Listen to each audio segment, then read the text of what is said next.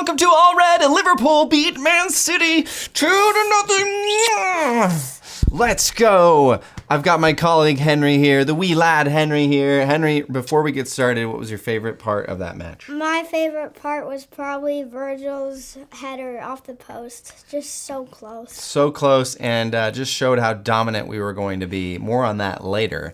But this is the channel that is all Liverpool all the time. It's All Red. Please hit that like button and consider subscribing as Liverpool are taking over the entire world. This is insane, you guys. Insane. Oh my goodness. Let's talk about this one because this was the biggest game of the season. I think both for Liverpool and both for Manchester City.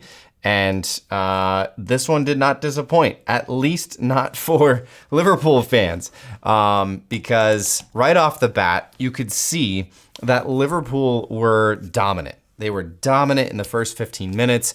That first goal goes in, and the game just feels like Liverpool were in charge. Salah with another assist. Gakpo exposing Kyle Walker on the back post, who was napping. He was taking a little naparooski. And the first 15 minutes, I thought, for Liverpool, that was the best 15 minutes of football we've seen all season long.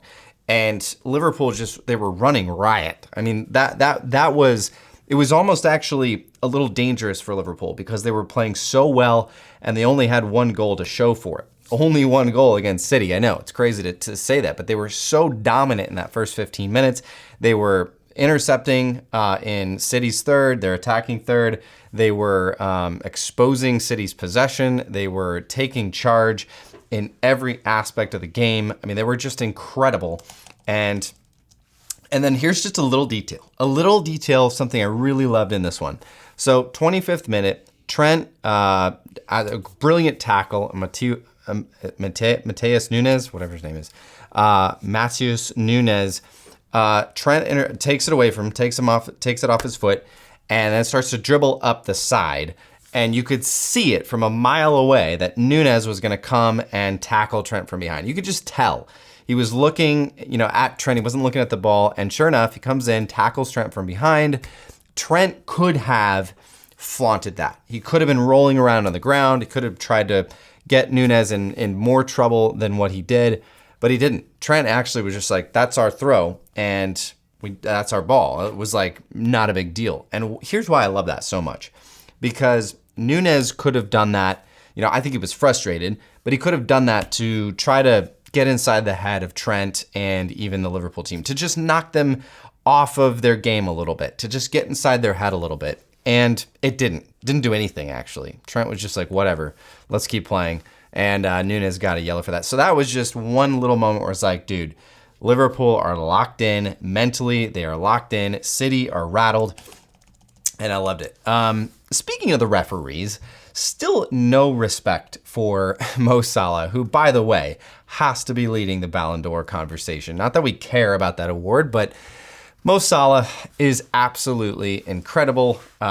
He is dominating. I think now he's up to 18 goal contributions in 13 matches for Liverpool in the Premier League. 11 goals, 7 assists, if I'm doing my math correctly. Correct me in the comments if I got that wrong, but I'm pretty sure that's correct. And still not getting calls. Even City even took his shoe off at one point. They took his boot off, and Mo Salah stops running because he doesn't have a shoe on, and no call. And Salah's like, do you see my shoe? It is not on my foot anymore because of the City players taking it off, literally stepping on my shoe and taking it off. No call. Absolutely not. Play on, says the referee. Absolute trash. But it didn't matter, which was great. One of the biggest duels, and we talked about this in the preview show, was if Kyle Walker plays, Liverpool have to try to expose him at every chance, and that's exactly what Arne Slot did. They kept going long to Gakpo, so aerial duels. You could see Caoimhin Kelleher really, anytime he got the ball in the back and there wasn't an easy outlet pass, it was just like, fine, I'll just dink it up to Gakpo and he'll win that duel against Kyle Walker. And oh my goodness, did Gakpo do that? Gakpo winning lots of aerial duels, winning pretty much all the duels against Kyle Walker. and obviously scoring the decisive goal in the 15th minute or the 12th minute, whatever it was, when Walker was napping at the back post. So that was a big matchup, and Gakpo really did well against Walker, and that was a big difference in that first half. That first half was really good. Liverpool looked dominant. I think the XG was like 1.8. Let me look here real quick. It was 1.76 to 0.06 for Man City. Just incredible. I mean, they had no sniff of the goal at all. They looked very flat in attack, and Liverpool just snuffed out every single thing that City tried to do in that first half. Now, the second half, not quite as good for Liverpool. And I say that because I thought we let City back into the game a little bit. City actually could have tied it up. They weren't getting amazing chances by any means. But I thought we just let our foot off the gas a little bit, which was disappointing because I thought we were just so dominant in that first half. We should have scored 2 or 3 goals. Honestly, we had a couple players who could have had multiple goals, but it's Salah. Again, it's always Salah.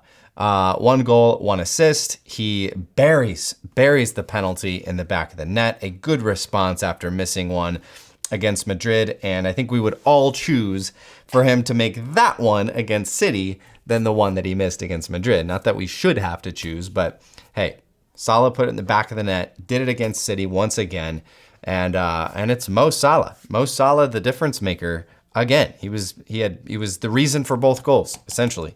And let's look at those goals. So XG factor here.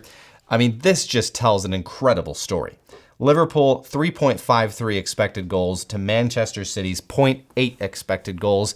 And the result kind of fell into the middle. 2-0, a 2-goal advantage for Liverpool. And here's a stat that I really love. So Virgil van Dijk pocketed Erling Haaland easily, very easily. And Virgil van Dijk, the center back, had a higher expected goal tally than Erling Haaland. 0.41 for Van Dijk, 0.19 for Erling Haaland. Just shows you how dominant Virgil van Dijk was, and I think that's why the wee lad Henry, his favorite moment was when Virgil van Dijk hit that header off the post, because it just told the story of how this game was going to go. No one could guard Van Dijk, and no one could get past Van Dijk. And by the way, we need to give a shout to Joe Gomez. Joe Gomez Maldini. He had a really, really good game, played all 90 plus minutes, and did really well alongside of Virgil van Dijk. Really no issues for him. Actually, Virgil van Dijk had the biggest mistake by any Liverpool player on the day when he gave it away to Kevin De Bruyne.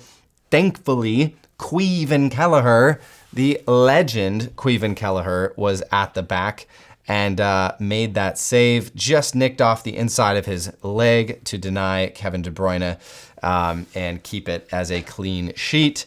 Thankfully, Liverpool were up 2-0 at that point. If it was 1-1 or 1-0 still, that would have been a really, really big moment. But doesn't matter. Caoimhin Kelleher made the save. And Harvey Elliott is back. Got a couple minutes in stoppage time. It was good to see the wee lad Harvey back on the field. I cannot wait to see him back in full swing for this Liverpool side, the Arne Slot side, the Arne Slot machine that continues to roll on as Liverpool go 11 points clear of City, 9 points clear of second place Arsenal and Chelsea. And you just have to look at the table, guys. It's absolutely beautiful. Liverpool clearing away 18 goal difference to, I think the next is Tottenham at 14. Who sit 14 points behind Liverpool. But what I loved about this one was Mo Salah, number 11, puts Liverpool 11 points clear of the reigning champions, Manchester City, who, by the way, are now sitting outside the top 4, which is absolutely delectable. I think it is now 6. Is it 6 in a row for City? 6 in a row winless? Or is it 7 now? Is it 7? I can't remember. Either way, it's absolutely delectable. Liverpool are looking fantastic. Fantastic. And anyone who would have told you that this would be where Liverpool sit after the intense, insane gauntlet of having to go through teams like Real Madrid and Manchester City, you would have called them crazy if they had predicted this. Now, one thing right at the end, guys, I'm sorry, I don't want to flaunt this too much, but I said 4 months ago that Arne Slot could destroy Pep's Man City because of Arne Slot's philosophy of looking at the opposition and tailoring his tactics to what that team is going to do. And I think we saw that today. I think that's why Arne Slot came out in the first half and said, we are going to ram them into the ground. Because I think there was some mind games there. I think Pep Guardiola has looked at what Liverpool are doing this season, seeing, they sit back. Liverpool sit back in the first half and they observe. And so I think Pep Guardiola probably knew that. And he said, okay, well, we're going to also do the same. We're going to sit back. We're not going to worry about possession. We're going to observe them as well. And Arne Slot said, yeah, we're not going to do that this game. We're just going to come ram it down your throat in the first 45 minutes. And Liverpool did it, and it was enough. We should have scored more. Virgil van Dijk should have had a brace. Cody Gakpo should have had a brace. But guys, it doesn't matter. 2-0 to Liverpool to go.